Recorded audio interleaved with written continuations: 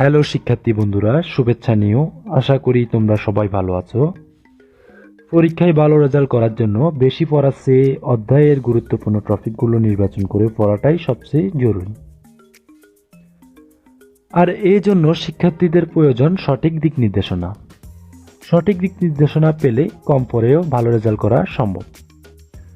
আর আমার চ্যানেলে আমি চেষ্টা করি পরীক্ষায় আসার মতো বিষয়গুলোকে শিক্ষার্থীদের কাছে তুলে ধরতে, যাতে তারা ভালো রেজাল্ট করতে পারে। তো শিক্ষার্থীরা, প্রতি ক্লাসের মতো আজকেও আমি তোমাদের জন্য বাংলা ব্যাকরণের ব্যাকরণ অংশ থেকে একটি গুরুত্বপূর্ণ ক্লাস নিয়ে হাজির হয়েছি।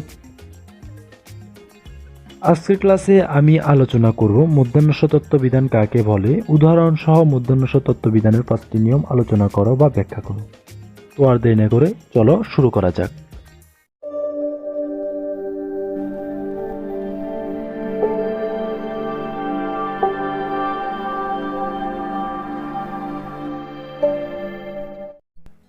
আজকে আমাদের আলোচনা বিষয় হলো মধ্যাহ্নস তত্ত্ববিধান কাকে বলে, উদাহরণ সহ মধ্যাহ্নস তত্ত্ববিধানের 5টি নিয়ম আলোচনা করো বা ব্যাখ্যা করো। এর সঙ্গে আমরা বলতে পারি,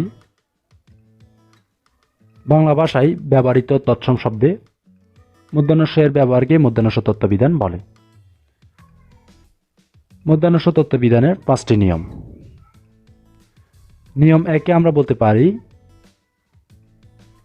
অ কিংবা আ স্বরধ্বনি ব্যতীত অন্য যে কোনো স্বরধ্বনির পরে শীর্ষধ্বনি হিসেবে মধ্যাহ্নস ব্যবহৃত হয়। যেমন উদাহরণস্বরূপ আমরা বলতে পারি ওষুধ, শোষণ, ঈষৎ ইত্যাদি। নিয়ম 2-এ আমরা বলতে পারি,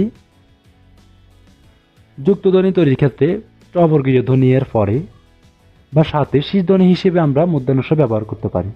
যেমন উদাহরণস্বরূপ আমরা বলতে পারি বৃষ্টি, জ্যেষ্ঠ, অষ্ট ইত্যাদি। নিয়ম 3-এ আমরা বলতে পারি, ইকাযুক্ত তৎসম শব্দের উপসর্গের পর মধ্যাহ্নস ব্যবহৃত হয়। যেমন উদাহরণস্বরূপ আমরা বলতে পারি নিষিদ্ধ, বিষম, নিষেধ ইত্যাদি। নিয়ম 4-এ আমরা বলতে পারি, উকারযুক্ত তৎসমের উপসর্গের পরে মধ্যাহ্নস ব্যবহৃত হয়। যেমন উদাহরণস্বরূপ আমরা বলতে পারি সুষম, সুষমা ইত্যাদি। সর্বশেষ নিয়ম 5-এ আমরা বলতে পারি, র এর পরে মিশ্র ধ্বনি হিসেবে মধ্যাহ্নস ব্যবহৃত হয়। যেমন উদাহরণস্বরূপ আমরা বলতে পারি বর্ষা, সরসা ইত্যাদি। প্রিয় শিক্ষার্থীরা, এ ধরনের প্রশ্ন প্রায় পরীক্ষায় আসে। আমি তোমাদের যেভাবে শিখাচ্ছি এইভাবে লিখলে শিক্ষক তোমাদের সম্পূর্ণ নাম্বার দিতে বাধ্য থাকবে। তো আজকের মতো এখানে শেষ করছি। দেখা হবে আগামী ক্লাসে। ততদিন সবাই ভালো থাকবে, সুস্থ থাকবে। আল্লাহ হাফেজ।